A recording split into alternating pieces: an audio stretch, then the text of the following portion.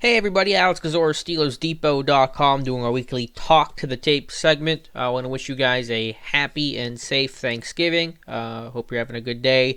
And today what we're talking about, as you already see in the title of this video, is Artie Burns and the good and the bad with him. I think that was kind of summed up pretty well in last Thursday's win over the Tennessee Titans.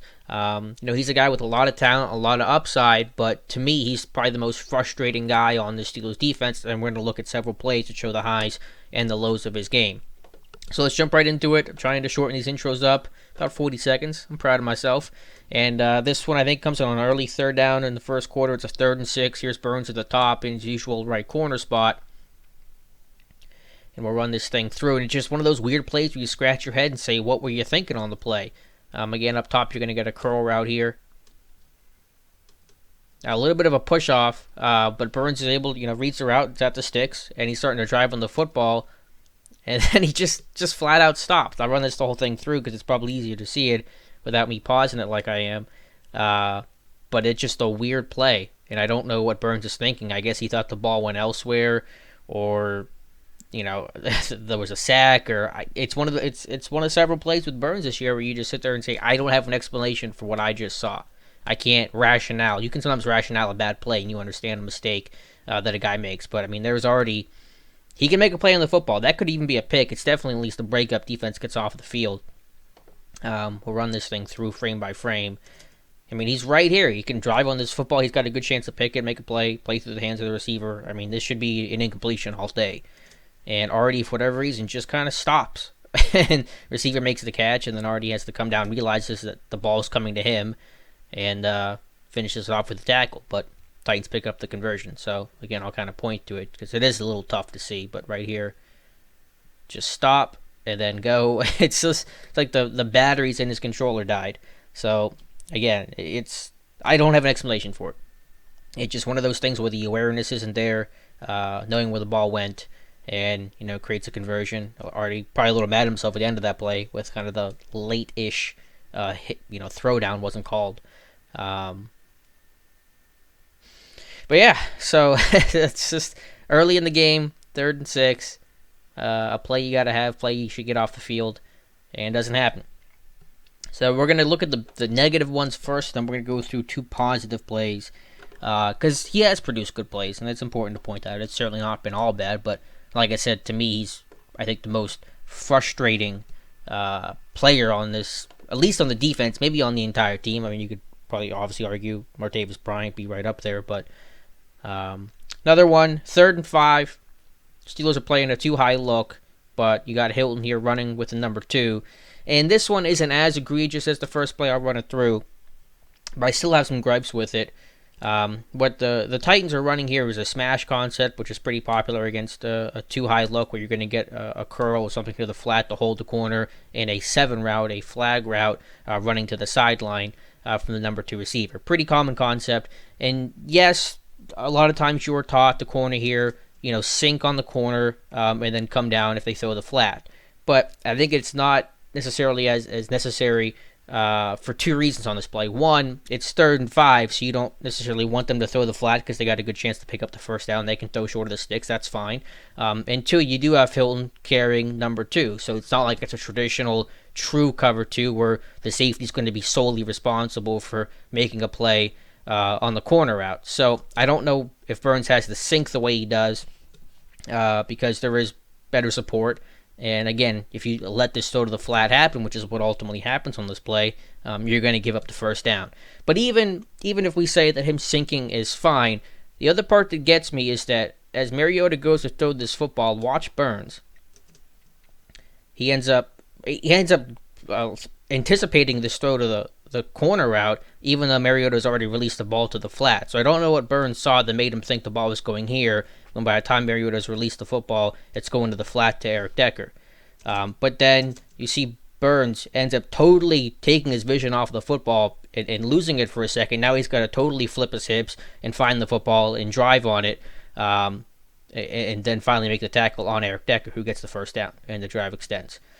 So even if he's sinking here, you still have to keep vision on the football so you know exactly where it's going. And if they throw flat, then you can immediately drive on the football flat and hopefully make a play, make the tackle short of the sticks, right at the sticks, and hope you get a good spot or hope you can get him just short. So even with him sinking, I don't know why he bit so hard on the corner route when as Mariota threw the football, it was clearly going to the flat, and we'll show you guys the end zone angle. And I don't know why he completely took his vision off the football, then had to relocate, flip his hips, make the tackle. By then, Deckers got the first down easy, plus another 4 to 5 yards. So look at the end zone angle. You'll just watch Mariota here. You're not going to see Burns in this clip. But again, just kind of a head-scratching play. Again, that's when Burns was biting on the corner. You can see the posture of Mariota. I mean, I get they're kind of in the same spot, but I don't know what made Burns need to commit so hard to the smash part of it, to the corner route, give up the completion, and then the first down. So we'll look at it one more time. Just kind of a weird play where, again, I think the awareness isn't quite there. Again, not as egregious as the first play because you can, I think, rationale this one a little bit better. But at least keep vision on the football at the very least. You're playing zone defense. You're playing the flat. Flat is his responsibility on this play. And again, I get the concept that he's thinking about and worried about. But with the help from Hilton and the down and distance, I don't think you have to play it like that. If this is 3rd and 15, play the smash all day. Play the corner out. Let him throw the flat. Get off the field. That's fine. 1st and 10, same thing. I'm cool with that. But 3rd and 5, they're going to take the flat. And they're going to move the sticks. I'm not going to have a problem with that. All right, last play here. One that I think a lot of Steeler fans forget about that could have really made this game interesting. That was certainly a Titans mistake. It's I don't know if we have this. What's the score of this one? It's 23-14 at this point, midway through the third quarter. Titans are driving. They just hit a big play to Delanie Walker. 3-by-1 set. You get Burns 1-on-1 with the Y. Again, Walker. And Walker's going to beat him to the inside with an inside stem. Burns isn't able to get back in phase, and Walker just ends up flat dropping this one. I'm sure now you guys remember this play. That's a touchdown. It's a 23-21 game, and it's a brand new ball game. So, I mean, this should be a touchdown 100% of the time. Walker's a great tight end, had a really strong game against Pittsburgh. I think 9 catches for, 90-something yards. So that's Burns' only responsibility on this play. Just the Y to his side. And I think he's just late opening his hips, and Walker has a nice stem. It is a really good route by Walker. You have to give him credit there, but Burns has to at least be competitive on that play, and he's trailing it the whole way. He's late opening his hips, and Walker gets a step on him because the safety's coming over to help the strength of the formation. So it's hard to put that on the safety to try to defend that skinny post when you have the vertical here. So again, we'll look at it from the end zone view. And then we'll move on to a couple of the positive plays that he had.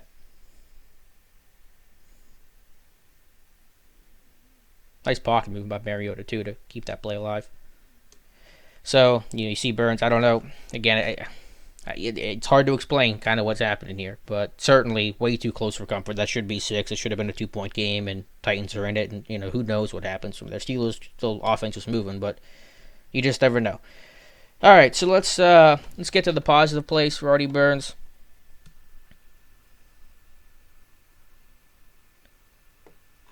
Trying to think which one. Can't read my own handwriting here.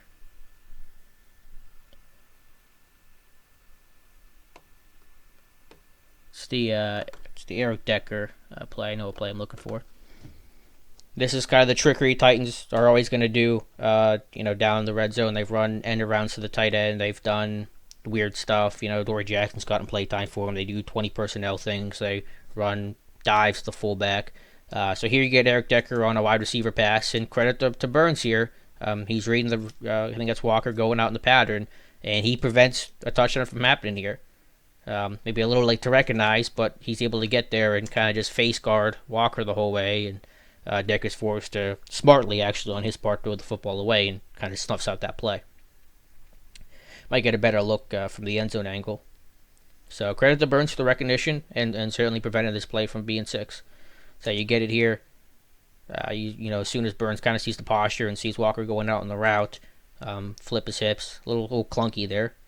But, as soon as he sees it, he's not going to try to play the football, just face guard him. That's the only guy in the pattern, get in his way. And then the Steelers are able to converge and force the incompletion.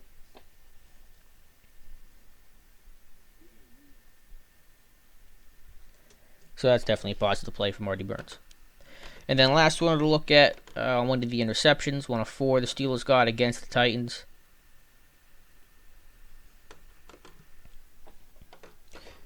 Just showing some of Burns' physical skills. Probably get a better look on the end zone view.